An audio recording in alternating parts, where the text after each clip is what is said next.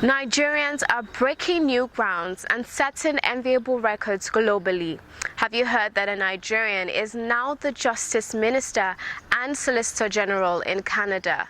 Another Nigerian just won the primaries as the Democratic nominee for the USDC representative. This is just the icing on the cake. Sit back, relax, and enjoy your favorite program, The Diaspora. And I am your regular host, Koinsala Adetumbi. Stay tuned.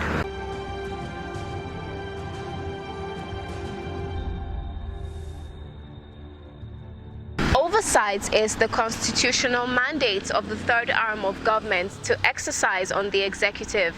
It is in this regard that the Vice Chairman of the Senate Committee on NGOs and Diaspora Affairs, Senator Ibrahim Oloriegbe, visited the Nigerians in Diaspora Commission, NIDCOM, in Abuja. Enjoy the conversation.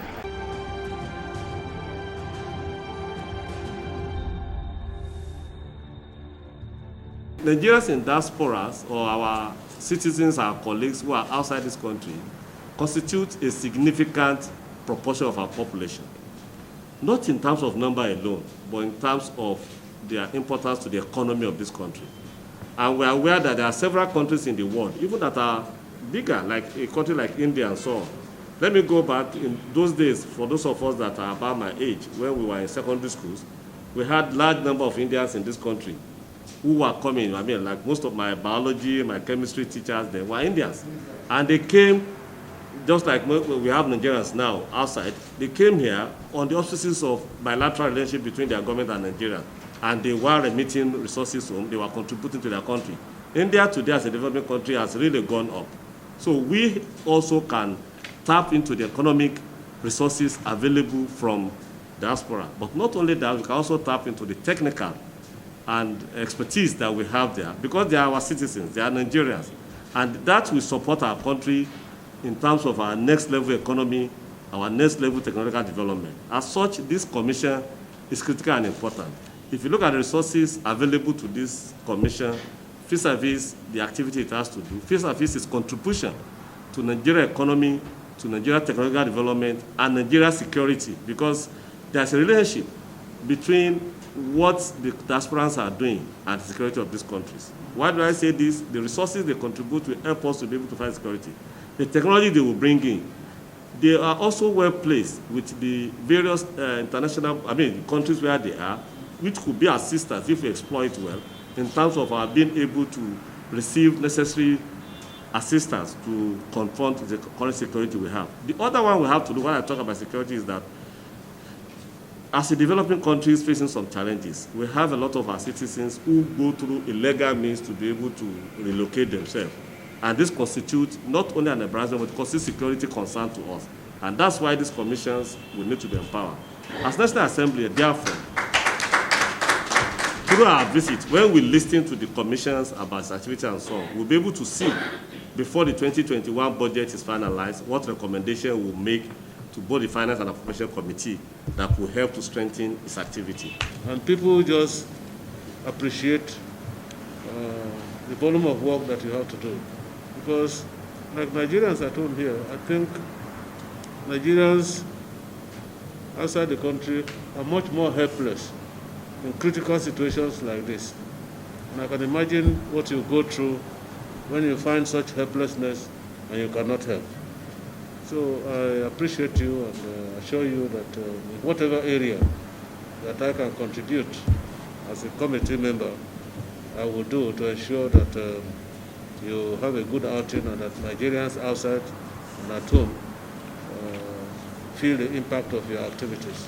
This is our 1 year in office and we're grateful for all we've been able to do. And we have a structure of 5 departments and 5 units, and I must say with pride and joy that the Diaspora Commission has some of the most effective, most hardworking, most dedicated staff anywhere in this country. And like you said, despite no resources, we work very hard. We are hopefully expecting the diaspora policy very soon. We've sent it to the Ministry of Foreign Affairs for presentation to FEC. So maybe with your putting in a word or two, it's important to speed it up, because it's a policy that has been on for 3 years. funded by EU, IOM, because it's important to have a national diaspora policy that will guide all diaspora engagements in Nigeria. Of course, we were with us at the Diaspora Day celebration, which was very, very successful. Had almost 7,000 to 8,000 participants world over, and we're doing a lot with the outcome of that Diaspora Day celebration. But it's not just going to be a talk shop. We want to make sure that we implement whatever we came out with. We signed an MOU with a private sector body, the Nigerian Diaspora Summit Initiative. So we'll be working with them to organize the Nigerian Diaspora Investment Summit. We've done it twice. So we thought we should institutionalize it. So it's properly registered now, and the next summit will be in November. We also had, as an outfit of the investment summit, the Nigeria-Saudi Arabia Investment Summit, which we are also holding this year. For the first time, we had that summit in Nigeria, and it was amazing. Nigerians in Saudi, some had never been to Nigeria, but they came for that investment summit. And it was like, why haven't we be coming home? So from that, they said they want it annually, and then we'll be doing it annually. And we have a lot of Nigerians in Saudi willing to invest in Nigeria, and they are all very successful and very rich. So that, again, we'll be holding this year. One of our programs is what we call the Badagry Door of Return Ceremony. Because of COVID, we may not hold again this year, but we may do a virtual event where we encourage our brothers and sisters taken away as slaves who come back home to walk through the path of that journey in Badagry. And then they went as slaves, but we see them as kings and queens. It's a very emotional ceremony. And this year we had almost about 100 saying they wanted to come, but COVID, but we'll do a virtual event with them because they still want to have a conversation around that. I'm also happy to inform you that as of today, we have 27 diaspora state focal persons. Plateau just joined, the governor called to give us his person, because we think diaspora should move to the sub-national level, not just so. State now have, Anambra has a commissioner for diaspora, Gombe has a DG, so most of everybody except, I think 27 have diaspora state focal persons. So we have a group, we work with them, we talk with them, and we all work together. And it's been very impactful on the work of the commission. So that if you're coming to invest, you're going to a state. So it's important to have that communication, and we're happy about that. We've also been involved, as you know, in the evacuation of Nigerians abroad during this COVID-19. And I'm proud of the work the Commission has done once again. We're able to bring it to the forefront and give information and help in coordination. Although, of course, without a single copper budget for the Commission. Everybody got a budget except us. But it's okay. It's going to end now, but it's been a successful evacuation. I mean, it's people don't understand when people are crying. I want to go home, I want to go home. And they can't come home. So that they're able to come. Some people are criticizing that it was expensive, but it's a COVID-19 evacuation. It's not the normal evacuation from Libya and all that. But we're glad, and including, of course, the stranded girls in Lebanon. To them, I think it's a blessing in disguise, because we're bringing them in 3 today, 4 tomorrow, but about 484 have returned home. And we're hoping we'll put a stop to all this stranded in Lebanon. We're with the Lebanese ambassador. And what they've done is they've stopped issuing domestic work visas in Lebanon until we sort of our own migration laws here. So that, I think, is also a major step forward. Of course, you know, sir, that we've also been involved in those who came back from South Africa. We were there personally to receive them. And it's a thing of joy to know that your country cherishes you and is there on ground to be with you. And some of them have been engaged in one thing or the other. We also link them up with SMEDA. And these returnees from Lebanon are being profiled and will be rehabilitated by NAPTIP and other agencies. We've had various town hall meetings in many parts of the world, particularly with Mr. President when he travels. And again, it's been very, very, very useful engagements with Nigerians abroad. Again, COVID has stopped all that, but we still talk to them virtually. We've had a few Zoom meetings with Nigerians in the US and the UK. We're doing Qatar, China. We keep in touch with them. Critically, sir, we're working on building our database, and it's part of the areas we're going to need funding for. Without data, you can't do anything. We say 17 million, but we don't know. We don't know. There are probably much, much more than that. In Africa alone, I'm sure by the time we have those figures, it's much more than that. So one of our priorities, which we have started, is building a data of Nigerians in the diaspora. It's going to take a while. It's going to cost some money, but it's something that has to be done.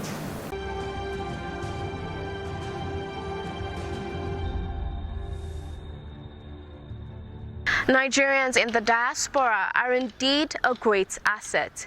Now we move on to a heartbreaking and indeed soul-moving story. It is all about Ibrahim Khalil Bello, a third-year civil engineering student of the Gurn American University in Turkish Republic of Northern Cyprus. He was allegedly murdered, but reports say he died of mysterious circumstances.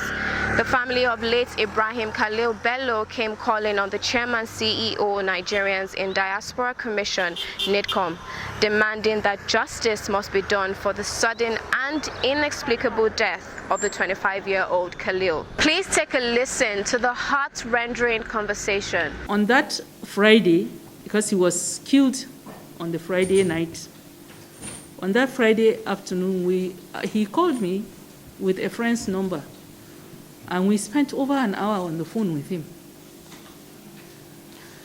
Then I told him I was going to return that night. My flight was to Nigeria was from 10 in the evening from UK. So on that Saturday, they had spread the news all over the media that this child committed suicide, that he fell from a 7-story building. So when these two boys, one of them is from Kaduna, that boy that called my eldest son is from Bauchi. When they came to pick me up, I asked them, I said, what happened? How can you be here? Something like this will happen to Khalil. They now said, truly, that when they heard of the news, they rushed. They said, when they heard that they are saying Khalil committed suicide, they rushed. They said, not the Khalil they knew. That Khalil, even trekking from this point to that point, even to walk, he will say, no, we will have to enter the bus. So he doesn't like anything to touch his body. So how can that be? They said it was a lie. They didn't believe it because they are aware of such killings going on in that place of Nigerians, and always is the same story. So they rushed to the mortuary, and they were begging the mortuary keeper to allow them to see Khalil's body. He refused. He said he was only told it is only the parents or police that will be allowed to enter. But they kept begging, and luckily for them, the corpse of a lady was brought. So he said, okay, let them quickly enter and see him and then come out. So he was telling me, he said, Mama, I went, I saw Khalil. And Khalil was, well, they laid him face down. He said his body was neat. He was wearing his jalabia and his jeans. And there's no sign of any breakage on his body.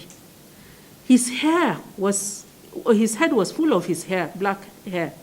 There was no injury at all on his head. The only place, he was telling me, he said, the only place I saw a wound was by the side of his face, that there was this small wound here, but it wasn't a gunshot. That was where blood was gushing out from and soaked his body. And when they checked, they checked, they said, Kai, no, there's a foul play here, that this boy was killed. We wish to extend our profound gratitude to you for the opportunity given to us to visit you, to visit the Commission, to table our petition, just as highlighted by Honorable Justice Amina Bello Ahmed, over the unfortunate demise of our son, or mother of our son in Northern Cyprus. We believe we are at the right place, not just because of this commission, but because of your personality. Right from the time you were with the Nigerian Television Authority, and from there you proceeded to the parliament, and up till this point where you are, we know that wherever you have been, you have made a mark. And that underscores the kind of confidence that we have that, having brought this petition here, something will be done. We know that our boy has been killed. The child has been killed. We cannot bring him back. But for the sake of a good number of Nigerians that are schooling their they need a kind of protection. The government should be very proactive in securing the lives of Nigerians, both not just within the country but outside. And this thing has been happening. Nobody has taken any proactive measures to bring it to the notice of Nigerians that this happened. Many parents struggle on a year-by-year basis trying to send their kids to those volatile areas, thinking that their children will go there and learn, only for the children to be brought back as corpses. I think you have a very important role to play. A lot of time has been spent, so much has been said. I cannot repeat everything that has been said, but just to reiterate the fact that we know here we're at the right place. And God will enable you and give you the wisdom to do the appropriate thing. Accept my condolence, madam. Thank you. And may none of us ever witness the death of any of our children. Amen. And may the Lord give you the strength and the courage to see you through this. I think the death of Ibrahim Khalil should be the tipping point to a stop in the killing of our children anywhere in the world, particularly in Northern Cyprus. As you said, it's not only Ibrahim. I can go through names. I have some names here. Ibrahim Khalil Bello, 25. Kennedy Dede, 28. Augustine Ngok from Plateau State. Gabriel Soriwe, who was a first-year student in electronical engineering. Oshabanjo Owoyale. Augustine Wallis. Stanley Eteno. Hazan Babatunde. Temitayo Adigun. Kubat Abraham. Ozegbe God's Power. Olashubomi Okwe. These are just a few of the ones that we even know. Now, I remember sometime I was in Parliament. This Soriwe was killed. And we, went out there and said this should stop. In the middle of saying we will not tolerate any more killings of our students in Northern Cyprus, they actually came to Nigeria. Somebody informed me, I went to meet them at Sheraton Hotel and drove them out. I said, you are coming to this country where a student has just been killed in your university. And you're coming to offer scholarship, and they left. They never came back again. But then, because we don't follow up things, it's too much. And like I said, Ibrahim's case might just be the tipping point to help us put a stop to it. Now, we also work with the Office of the Attorney General of the Federation, and the case has been transferred to the Interpol from the Office of the Attorney General of the Federation. So that is remarkable progress. So what we'll do as a commission is follow up, because all you need is closure. Yes. We can't bring Ibrahim back, but you need closure. Let's know what killed him.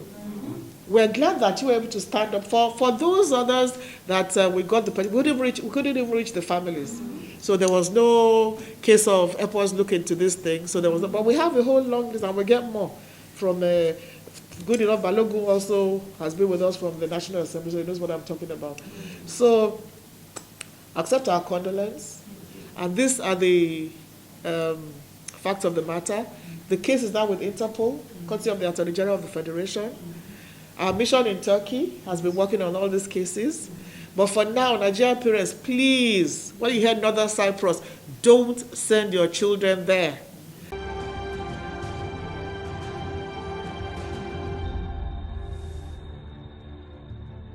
So sad. We hope that justice is served. Still speaking on the ill treatment some of our citizens endure abroad, I'll now leave you with a video of Honorable Adbike Dabiri Arewa at a webinar with Raula Segir as well as other panelists as she discusses the ordeal our girls who were evacuated from Lebanon endured. We're bringing back our girls. A commission, a new agency of government set up to look at issues affecting Nigerians in the diaspora, and have been at the airport receiving our domestic workers back home. So I'm glad to be part of this conversation. BK, when you see those images of domestic workers outside of their consulate, this is the Kenyan consulate, that's how we started the show. What is your first thought when you see that happening overseas? Well, we had a video of Nigerians who, put out a statement out there that they were in a terrible condition, they wanted to come back home. For a lot of people, it's about the video. For me, it's about these guys calling me saying, help us, we want to get out of here. And what we did before the bomb blast, before even Corona, we had been bringing back our girls. And we had the support of the Lebanese government. As I speak with you today, we brought back almost 600 girls from Lebanon. So for me, when I saw those girls, I saw broken girls. When you see them at the airport, talking to them, they were broken, they were shattered. And what we need to do as women, as a community, as a society is, now that they're back, how do we get their lives back? How do we give them hope of a better tomorrow? Now, prior to even the Lebanon girls, we had received a lot of people from Libya who had been trapped in Libya. Based on our president's instructions, we got them all back home. And even these girls, what we did with them, what can you do when you get back? What job can you do? And I'm glad to say that for some of them, it's been a case of, you know what, there's always a tomorrow. There's always a future. So we have to help these girls to ensure that their future is not broken. And we have to stop abuse of domestic workers. Going abroad to work should not be such a challenge, should not be a disaster, should not be so terrible. It should actually be a case of, I want to work, I get a job. So the world needs to come together to ensure that particularly we stop all this. I believe that illegal migration can become legal. Ha! Not so fast. Look, I'm tired. I want to check out of this country for greener pastures. Just calm down for a moment. Please sit down. Do you have a job where you're going to? No, but someone is arranging, Listen, Aliko. Checking out of this country without proper planning means one thing. Unimaginable begin. You know, I've been in the diaspora, but legitimately doing great things at home and abroad. As I've been saying, without the proper footing abroad, the risk is not worth it. Listen, Alinko, it's better to be home than be trapped abroad, or even end up in prison.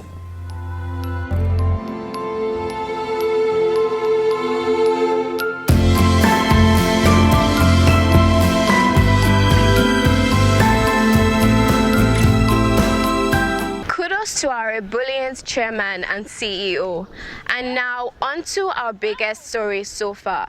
It might interest you to know that last year we featured KC Madu on the show when he broke the record by becoming the first African-born to become a provincial minister in Canada. And once again, he has broken another record by becoming the first Black Justice Minister and Solicitor General in Alberta, Canada. Premier Jason Kennedy announced lawyer and Edmonton MLA KC Madu as Alberta's new Justice Minister and Solicitor General during a cabinet shuffle. Hearty congratulations, proudly Nigerian. We wish him success in his new role. That is not all.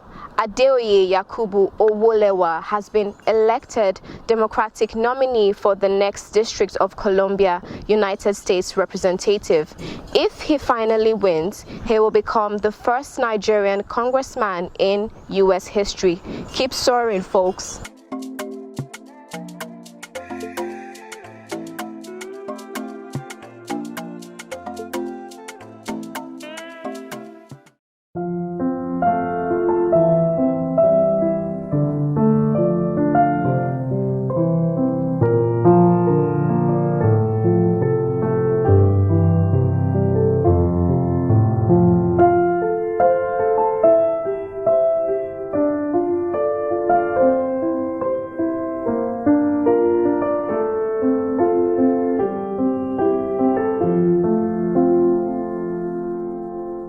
Thank you for staying all through the program. We hope it's been worth your while. And in case you have anything to share with us, please do not hesitate to do so as we expect feedback on our show. Remember, you can reach us on all our social media platforms, on Facebook at Nigerians in Diaspora Commission, on Twitter at NIDCOM_gov, on our YouTube page at NIDCOM_gov, on our Instagram page at NIDCOM_gov, and on our website at www.nidcom.gov.ng. You can also join us on DSTV at NTA Network News on Friday at 10:30 a.m., on NTA International on Tuesday at 6 a.m. and 10:05 p.m., on NTA News 24 on Friday at 2:30 p.m. and on Sunday at 10:30 a.m. You can also join us on WAP TV on Thursdays at 9 a.m. and on WTV on Wednesdays and Sundays at 8 p.m. I remain your host, Koinsola Adetumbi. See you next time.